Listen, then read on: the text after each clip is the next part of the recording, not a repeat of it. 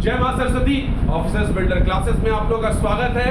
आज का क्लास बहुत ही शानदार क्लास है क्योंकि आज की क्लास को पढ़ने के बाद आपको मॉडर्न हिस्ट्री के क्वेश्चंस आसानी से बनने लगेंगे और आज का जो टॉपिक है वो बहुत ही इंपॉर्टेंट टॉपिक है। हर एग्जाम में पूछा जाता है, चाहे वो यूपीएससी हो, चाहे वो बीपीएससी हो, चाहे वो दरोगा हो, एसएससी हो, सीजीएल हो, रेलवे हो, किसी भी एग्जाम का सबसे महत्वपूर्ण टॉपिक है।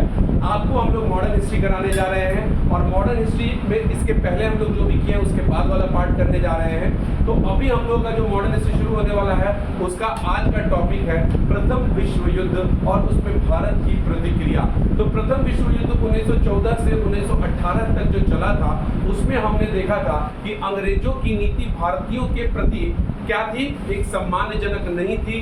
भारतीयों के योगदान के बावजूद आपको मैं बता दूं कि प्रथम विश्व युद्ध के दौरान महात्मा गांधी और तिलक जैसे व्यक्तियों ने भी अंग्रेजों के यानी कि ब्रिटेन के समर्थन में भारतीय सेना और धन को इकट्ठा किया था, ये सोचकर कि भारत जो ब्रिटेन की विचारधारा है वो जर्मनी और इटली, तुर्की और आपके ऑस्ट्रिया की विचारधारा से बिल्कुल अलग है। जिसको गांधी जी जिस विचारधारा पे चलते थे उसी विचारधारा पे इन्होंने ब्रिटेन के तर्ज पर उसको ब्रिटेन का समर्थन किया था कि हम लोग क्या नहीं है, हम लोग हिंसात्मक प्रवृत्ति का उपयोग नहीं करेंगे, हम लोग साम्यवादी टाइप के नहीं है, मारामारी वाले नहीं है। तो उसका परिणाम ये देखने को मिला कि अंग्रेजों ने भारतीयों के योगदान का सम्मान नहीं किया।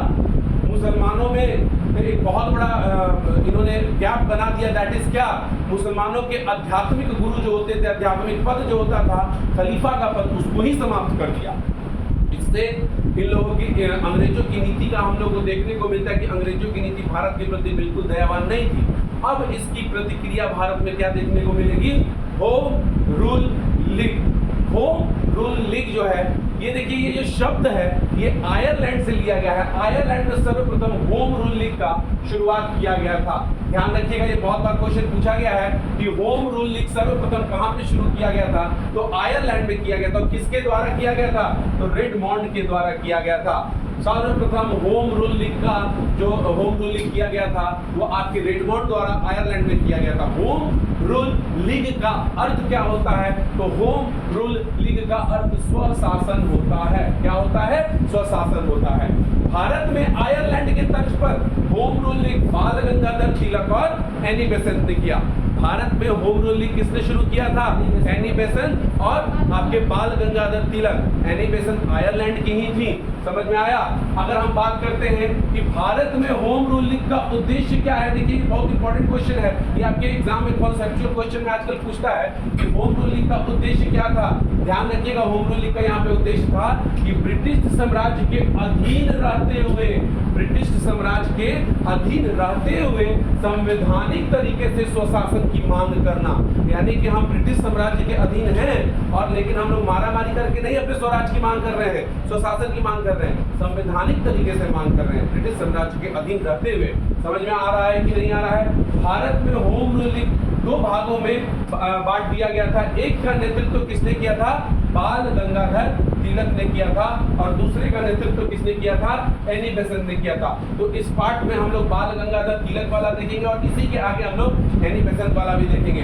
तो बाल गंगाधर तिलक ने सर्वप्रथम, याद रखिएगा, बाल गंगाधर तिलक ने सर्वप्रथम होम रूल लीग शुरू किया था।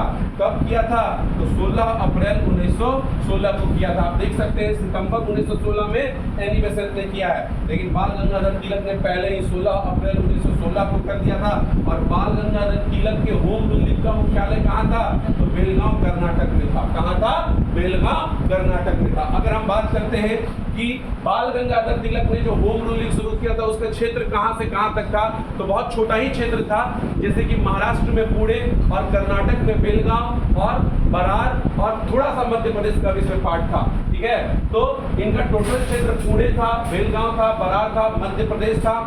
इनके अध्यक्ष कौन थे, जो बंगाल बाल गंगाधर तिलक द्वारा होम रूल लीग चलाया जा रहा था उसके अध्यक्ष में, उसकी अध्यक्षता कौन कर रही थी, कौन कर रहे थे, जोसेफ बैप्टिस्टा कर रहे थे। कौन कर रहा था, जोसेफ बैप्टिस्टा कर रहे थे। याद रखिएगा, होम रूल लीग इसको शुरू किसने किया था, महाराष्ट्र बेलगांव में बाल गंगाधर तिलक ने, लेकिन उसकी अध्यक्षता किसने संभाली थी, जोसेफ बैप्टिस्टा ने। और सचिव कौन था, एनसी केलकर थे। याद रखिए, दोनों क्वेश्चन पूछा गया है। अगर हम बात करते हैं इसी समय आप लोगों ने एक नारा सुना होगा, स्वराज हमारा जन्म सिद्ध अधिकार है और हम इसे लेकर रहेंगे। इसी होम रूल लीग में बाल गंगाधर तिलक ने क्या किया था, इस नारे का प्रतिपादन किया था। देखिए इस होम रूल लीग को लोगों तक पहुंचाने के लिए बाल गंगाधर तिलक ने 2 पत्रिका निकाली थी, बहुत इंपॉर्टेंट पत्रिका है आपके एग्जाम में, बीपीएससी में तो रगड़ के पूछता है इसको। एक आपका पत्रिका था मराठा और दूसरा पत्रिका था केसरी। क्वेश्चन ये नहीं पूछता है, क्वेश्चन पूछता है कि मराठा किस भाषा में लिखा गया है, केसरी किस भाषा में लिखा गया है। तो मराठा अंग्रेजी भाषा में लिखा गया है और केसरी मराठी भाषा में लिखा गया है। याद रखिएगा इस आपके बंगाल बाल गंगाधर तिलक वाला होम रूल जो चल रहा था, इसमें अन्य सहयोगी कौन कौन थे, तो जमुना दास थे, द्वारका दास थे, इंदुलाल थे और जोसेफ तो थे ही, एनसी केलकर थे, बाल गंगाधर तिलक थे ही। अगर हम बात करते हैं कि बाल गंगाधर तिलक का होम रूल का उद्देश्य क्या था, तो वही वाला उद्देश्य था कि ब्रिटिश साम्राज्य के अधीन रहते हुए हमें क्या करना है, संवैधानिक तरीके से स्वराज की मांग करनी है, स्वशासन की मांग करनी है, ठीक है ना। अगर हम बात करते हैं बाल गंगाधर तिलक के बारे में पढ़ रहे हैं तो यहीं पे कुछ महत्वपूर्ण इनके तथ्यों को भी पढ़ लेते हैं। बाल गंगाधर तिलक को भारतीयों द्वारा क्या कहा गया है, लोकमान्य कहा गया है। अगर हम बात करते हैं एक इंडियन अनरेस्ट पुस्तक लिखा गया था, उसके रचयिता एक ब्रिटिशर थे जिनका नाम था वैलेंटाइन चिरोल। क्या नाम था, वैलेंटाइन चिरोल। इसी ने कहा था कि बाल गंगाधर तिलक क्या है, भारतीय अशांति के जनक हैं। याद रखिएगा ये भी क्वेश्चन आपके एग्जाम में पूछा गया है कि किसने कहा था कि बाल गंगाधर तिलक भारतीय अशांति के जनक हैं, तो वैलेंटाइन चिरोल। और यही वैलेंटाइन चिरोल ने कौन से पुस्तक को लिखा था, इंडियन अनरेस्ट लिखा था। और इसके बाद अगर हम बात करते हैं भारतीयों में राष्ट्रीयता की भावना जगाने के लिए इन्होंने 1893 और 1895 में 2 महत्वपूर्ण उत्सव चलाए थे। ये भी आपके बीपीएससी में पूछा गया सवाल है आपका, कौन कौन सा उत्सव था। तो सबसे पहले गणपति उत्सव 1893 में चलाया था इन्होंने और उसके बाद 1895 में इन्होंने शिवाजी उत्सव महाराष्ट्र में चलाया था। तो गणपति उत्सव और शिवाजी उत्सव इन्होंने महाराष्ट्र में भारतीयों के अंदर राष्ट्रीयता की भावना पैदा करने के लिए चलाई थी। अगर हम बात करते हैं कि एक बार इनको जब वर्मा के जेल में बंद किया गया था तो जेल में बैठे बैठे करेंगे क्या, तो भारतीय हैं कुछ अच्छा ही काम करेंगे, तो एक पुस्तक लिख डाला था, कौन सा, गीता रहस्य। गीता रहस्य। तो ये हम लोग जो पढ़े किसके बारे में पढ़े, बाल गंगाधर तिलक के होम रूल के बारे में पढ़े। सेम हम लोग इसी तरह किसके बारे में पढ़ेंगे, एनी बेसेंट के बारे में पढ़ेंगे। हम लोग अभी देखें कि बाल गंगाधर तिलक का होम रूल का क्षेत्र क्या था, जितने भी इत्यादि चीजें थी। अब हम लोग देखने जा रहे हैं एनी बेसेंट के द्वारा होम रूल का नेतृत्व किस प्रकार किया गया, कहाँ किया गया, इसके सचिव कौन थे, इन्होंने कौन सा पत्रिका निकाला और होम रूल की सफलता क्या रही थी। तो देखिए एनी बेसेंट ने जो होम रूल शुरू किया था, उन्होंने अपना मुख्यालय कहाँ बनाया था, अड्यार। अड्यार कहाँ है भैया, तो मद्रास में है भैया। और इसका सचिव कौन था, जॉर्ज अरुंडले था। कौन था, जॉर्ज अरुंडले। अन्य सहयोगी में कौन थे एनी बेसेंट के साथ, तो अन्य सहयोगी में बीटी वाडिया थे, सीपी रामास्वामी अय्यर थे और कुछ अन्य लोग थे, ठीक है ना। इनका क्षेत्र जो था एनी बेसेंट का क्षेत्र, उनके तिलक के क्षेत्र से काफी बड़ा था। तिलक के क्षेत्र को छोड़ दिया जाए भारत में तो संपूर्ण क्षेत्र पर होम रूल का नेतृत्व किसने किया था, आपके एनी बेसेंट ने किया था।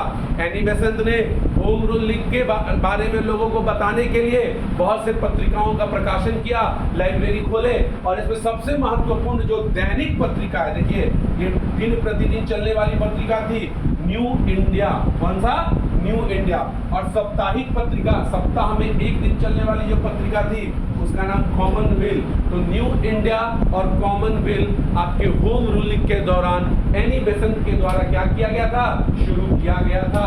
हम बात करते हैं कि होम रूलिंग की सफलता का रीजन, सफलता क्या हुआ, तो होम रूलिंग में पहली बार अंग्रेजवाद सब डरा गया कि जा ये तो सब पूरे भारत का नेतृत्व करने लगा, लोग भारत को ये लोग इकट्ठा करने लगा और ये लोग को उत्तरदायी सरकार बहुत दिन से ये लोग का डिमांड था। तो मजबूरी में आके आपको देखने को मिलेगा कि अंग्रेजी सरकार को सर्वप्रथम उत्तरदायी सरकार बनाने पर बात करने पर मजबूर हो गया। और उसको कब कहा गया था? मॉन्टेग्यू चेम्सफोर्ड रिफॉर्म में कहा गया था कि ब्रिटेन सरकार अब उत्तरदायी सरकार होगी, यानी कि कुछ भी करेगी उसके लिए वो उत्तर देने के लिए तैयार रहेगी और प्रश्न सुनने के लिए तैयार रहेगी, ठीक है ना। और इसकी सबसे बड़ी सफलता क्या थी? लखनऊ समझौता। और लखनऊ समझौता में आपको पता है कि 1907 में हमने पढ़ा था कि सूरत क्या हो गया था? स्प्लिट। सूरत स्प्लिट में आपके गर्मपंथी और नरमपंथी में विचारधारा के कारण क्या हो गया था? टकराव के कारण दो गुटों में बंट गया था। पुनः यहाँ पे लगभग 1907 के बाद 1916 में काफी साल बाद पुनः ये नरमपंथी और गर्मपंथी एक साथ हुए थे और इसमें लखनऊ समझौता हुआ। और लखनऊ समझौता में पुनः हिंदू और मुस्लिम भी एक साथ आए थे और भारत में राष्ट्रीयता को लेकर क्या किया था? अपना नेतृत्व किया था। तो हिंदू मुस्लिम की एकता, नरमपंथी गर्मपंथी की एकता और उत्तरदायी सरकार, ये किसका परिणाम था? ये आपके होम रूलिंग का परिणाम था। और इस सफलता को देखते हुए भारत में पहली बार किसी महिला को अगर आईएनसी की अध्यक्षता मिली थी तो वो कौन था? एनी बेसेंट था। वो कौन थी? एनी बेसेंट थी। तो यहाँ पे आपका होम रूलिंग कंप्लीट हो रहा है। Thank you.